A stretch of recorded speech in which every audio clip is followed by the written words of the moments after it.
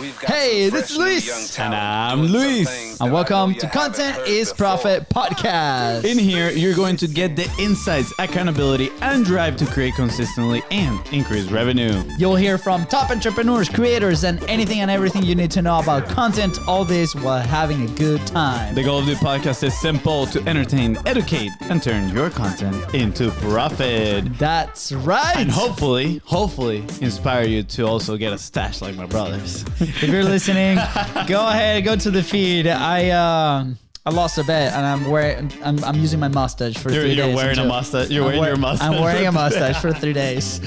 Wednesday is gone. I'm just gonna say, I'm actually surprised on how good the stash looks in you, and I think you should keep it permanently. And I'm not messing with you. I'm not messing. I truly believe it looks good. Not happening. We'll see. It's good change. You good should have change. seen Katie's face when I walked into the house and she saw me for the first time with the mustache.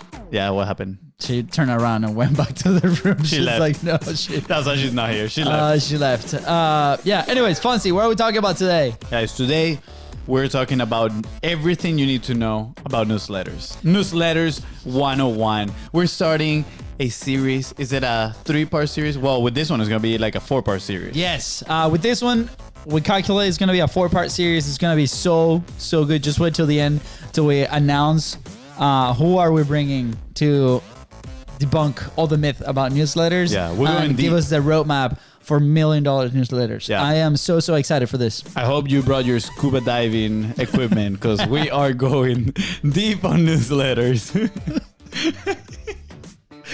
All right. Good job. Yeah, move on.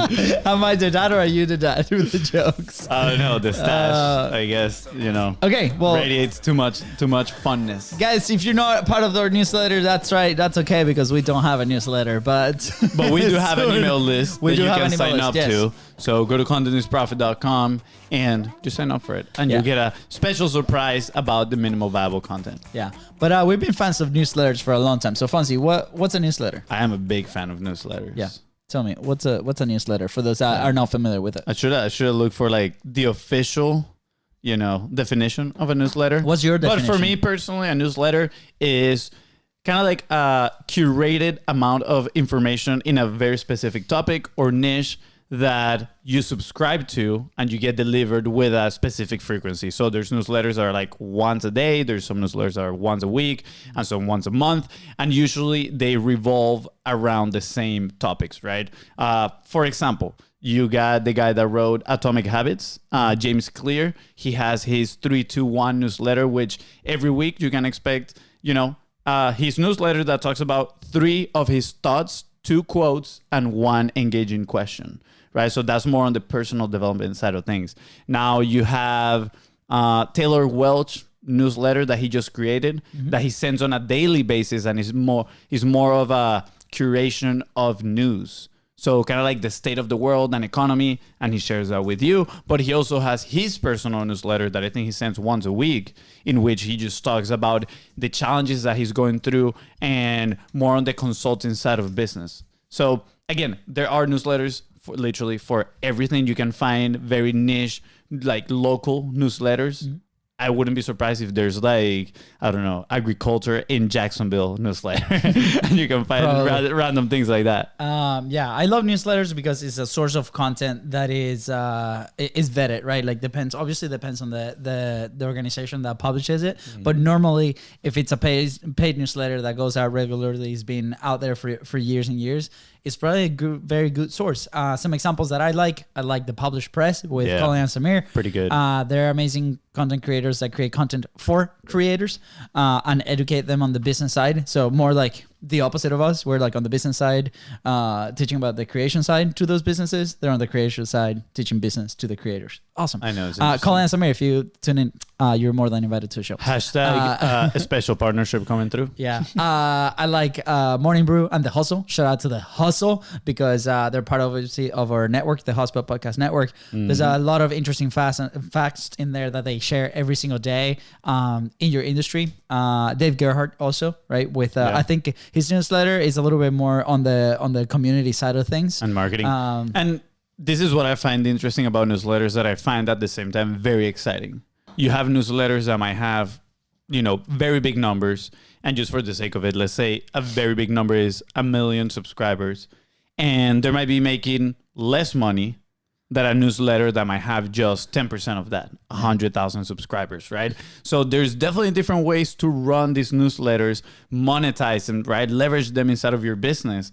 And I think that's what makes it so interesting, right? And like my brother mentioned, just tune into the end because we're going to kind of share with you who's going to be coming that's going to be, debunking all the myths and just teaching us everything we need to know about newsletters here in Content Profit. It's a really good, juicy source. Can't wait. Juicy source. Juicy source. Okay, cool. Is it as juicy as that stash? My gosh, you on the stash. Stop. I'm blushing. Okay, so there's obviously a few types of newsletter, right? We have the free newsletters. We have paid newsletters. We have online and physical newsletters. So, all right, I gotta step in here. I love physical newsletters. Describe what a physical newsletter is. So, physical newsletter is literally the same concept, but you just get it in your mail, right? And the fact that just comes physical and you can pick it up, grab it with your hands, write down on it. I feel it adds so much value. It can literally be the same information as it is in digital, but you can potentially charge way more for the physical copy. Yeah. Just because, again, people attribute physical stuff. They attribute more value to physical stuff rather than just an online product. And, kind of like going back to early education in the direct response marketing world. I don't know if you remember when they said that when they're selling the digital products, that's why you see all the boxes inside of the sales pages, right? Kind of like a physical representation of the products. Yeah. Is so people can attach more value. Because if it was just letters and telling you like, yeah, sure, we're going to send you an email with, your login and you get access to the course, it's more difficult to visualize it rather than seeing a physical product. Yeah. So for me personally, I like writing down and making notes or whatever, but just the sense that you get it in your hand is more valuable. And you probably have that same experience with Kindle and books, right? If you buy a Kindle, you get it delivered immediately into your phone, whatever, into your Kindle app. And it might not be, it's still valuable, but it's not as exciting because there's not that buildup of when is my book gonna get home. But when you buy the physical copy, now on Amazon Prime, you just gotta wait like a day or two, but you still gotta wait a little bit and it's the excitement, right? And then you get the email like, oh, your order is being processed. Your order has been delivered and you're outside the house. You're all excited to pick it up. And I think it's the same thing with the newsletters. It can be the same exact information, but you get that feeling of, oh, this is for real. That's good. Yeah. So let us know. Let us know on social media in the comments, which type of newsletter do you like? Do you like online? Do you like physical? Mm-hmm. Are you subscribed to any free ones? Are you subscribed to any paid ones? We are subscribed to a couple free ones. We're subscribed to some of the paid ones as well. Some of the things that I really like about the newsletters is as soon as you find that one that really resonates with you, it's an amazing source of content because it's filtered by the niche or the things that you're trying to research, right? Yeah. So, for example, we use a lot of those newsletters to grab content, whether that is for the show or to connect with people or to learn about the industry, source ideas. We're like, oh my gosh, this is a great idea that was presented in this way. What about we present it in a different way? So I highly encourage, obviously, if you're listening, you either are publishing right now or you have a business, right? You're thinking about publishing, you're trying to build those frameworks. Mm-hmm. Go and subscribe to a few of these newsletters, right? Consume them. Maybe on a weekly basis, be like, okay, Wednesday afternoon is when I check my newsletters. For example, FONZI. I feel like it was Sundays that you will go in and read your newsletters. Yeah. I have a very specific email just for newsletters, and I try to keep it that I will say I try to keep it to a minimum. Instead of signing up for like 20 newsletters, I'm like, okay, I'm only gonna be signing up to 5 newsletters at a time, and then when a new one calls my attention, I kind of like give it a test run, whether I like it or not. And if I really enjoy it, then I have to unsubscribe from something else. Yeah, just so I stay sane and don't go crazy with all the amount of information. Yeah, absolutely. And I like short ones, right? They're ones that they deliver the information in a very accessible way, like a bullet points, or they put the links, right? They do bad links, and they share the full on article that could be on a blog, right? That could be a sponsored blog. So on that side, on the consumer, that's why I like them. I also we've been very attracted to the idea of developing the Content is Profit newsletter. We have talked about this for a long time, whether that's a newsletter, whether that's a magazine. There's still some capacity that we need to build to be able to produce something like that at the moment.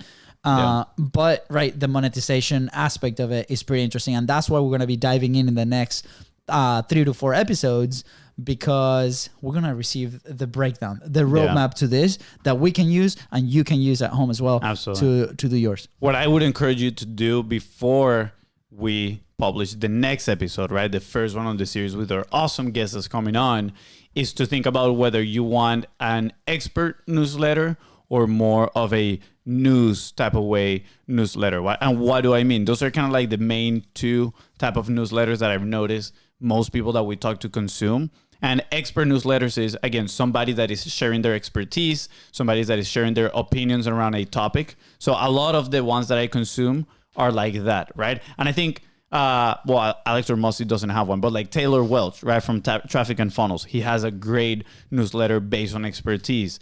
There's a guy called Cole Schaefer that for me personally, his newsletter is top notch, but he also writes pretty well. And it's expert-based newsletter. But then you have some incredible ones like The Hustle, right, that are news-based newsletters, or Morning Brew.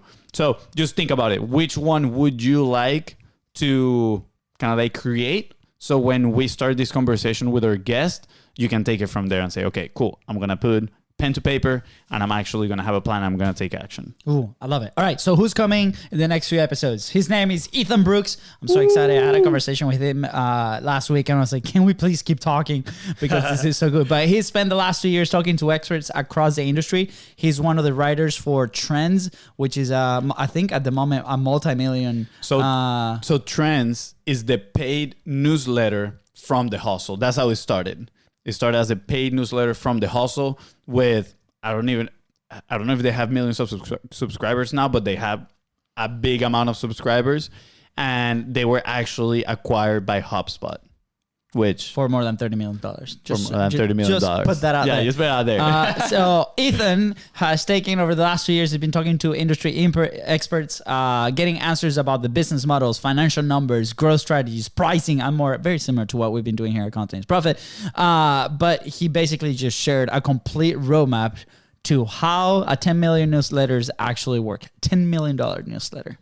Does that sound juicy enough? Juicy. So here is some of the things that we're going to be talking about. A complete breakdown of the business model, a detailed look at the technology, like what do we use, what software, how do we do these things, plus, a look at what they don't need for publishing these newsletters, right?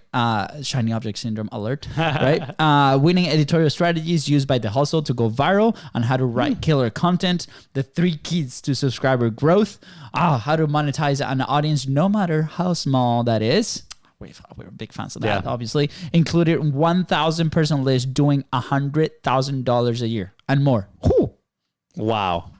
1K person list that does 6 figures. That is pretty impressive. This is better. You want to hear it? You want to hear this one? Yeah, tell me. A 5,000 person list doing 10 $10 million. 2 million. Oh, it's still solid. Oh, yeah, that's very solid. You went crazy over there. You went crazy. Wow, that's insane. That's anyway, awesome. So here's the cool thing. We're gonna do a live. I think we're scheduled for about 90 minutes. So if you want to catch the behind the scenes and find out the full conversation, you can join it on Wednesday.